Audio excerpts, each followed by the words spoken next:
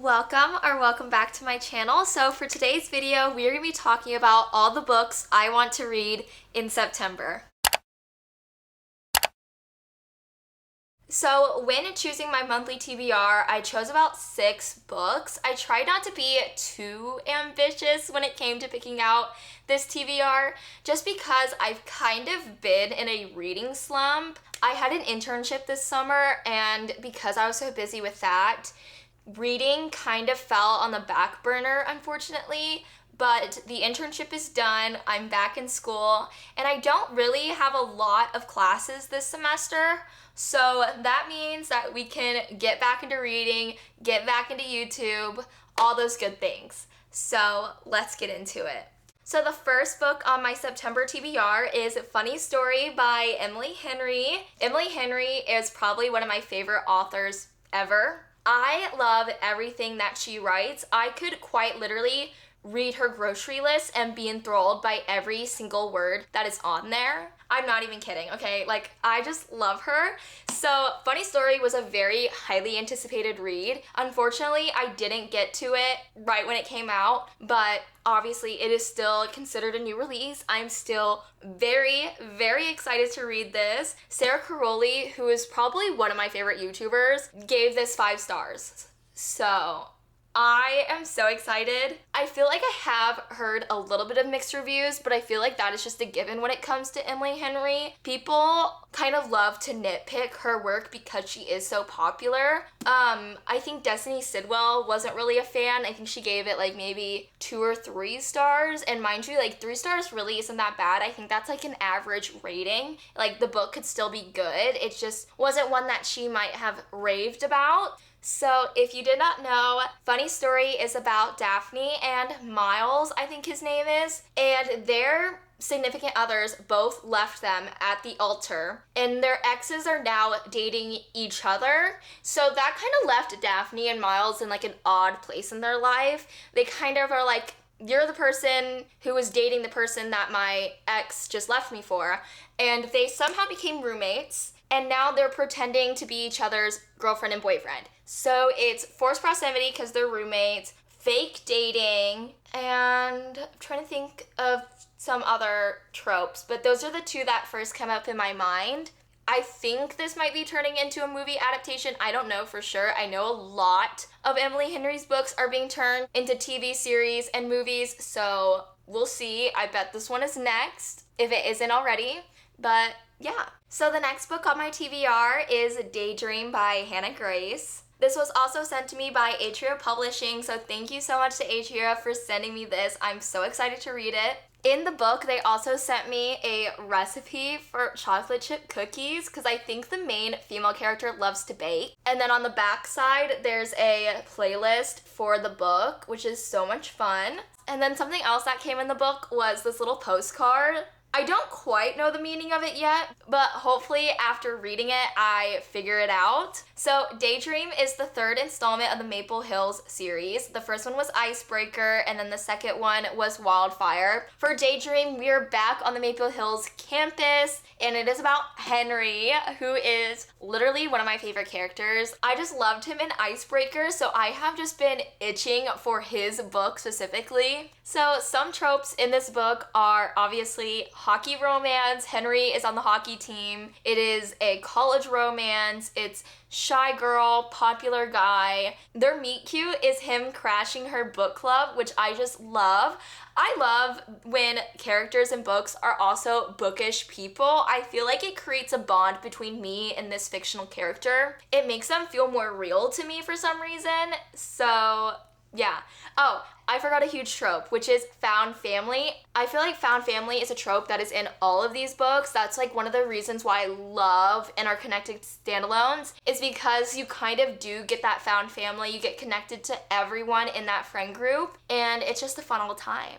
So for the next book, we're switching it up a bit, and it's a fantasy. It's Powerful by Lauren Roberts. And you might be asking yourself, why is this book so teeny tiny? Was it made for children? And the answer is no. Well, technically, I guess it might be made for children. It's young adult, but The reason why it's so small is because it's a novella. She's a little short story, short and sweet, just like Sabrina Carpenter's new album. And this is the novella for the Powerless trilogy by Lauren Roberts. So Powerless, if you did not know, is about this girl named Peyton. And she's living in this world where it is basically illegal to not have powers. It's believed by the people of this kingdom that if you do not have powers, you are a blight on society and you'll basically get everyone else sick. So it's illegal to live there. Peyton does not have powers. So she's basically living undercover, trying to stay out of the spotlight, not be the center of attention, and just kind of fly under the radar. And it's going pretty well until one day she saves the prince from some thieves, and this kind of shoots her into a local stardom. And because of this, she is entered into this competition between all these different people with amazing powers in her kingdom. Think Hunger Games meets Red Queen.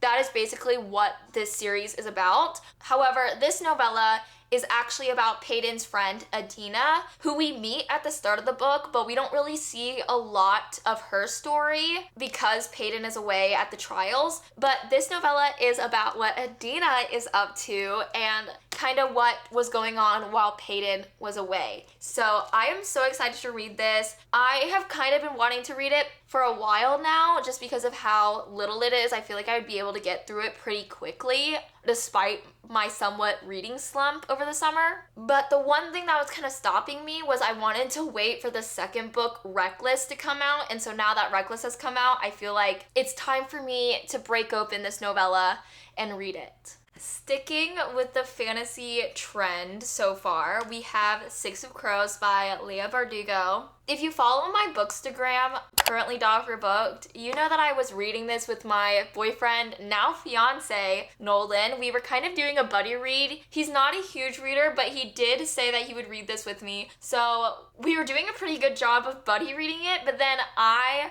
kind of got too far ahead and I was waiting for him to catch up and he just never caught up. So that kind of resulted in some sort of soft DNF, not because I didn't love it, just because I loved it too much that I had to like slow down me reading it for him to catch up. But I don't think he's ever gonna pick it back up, so I don't really feel bad about picking it up in September, or maybe I'll just force him to pick it up again in September with me, who knows. But I really enjoyed this book. I'm about halfway through, so I'm hoping to finish it in September. I'm hoping to pick it up again. I honestly might have to start from square one again because I don't remember too much. I feel like fantasy books are something that you have to read consistently or else you'll miss or lose out on details about the world building, the characters, things like that. Especially for a book like this, Six of Crows has like six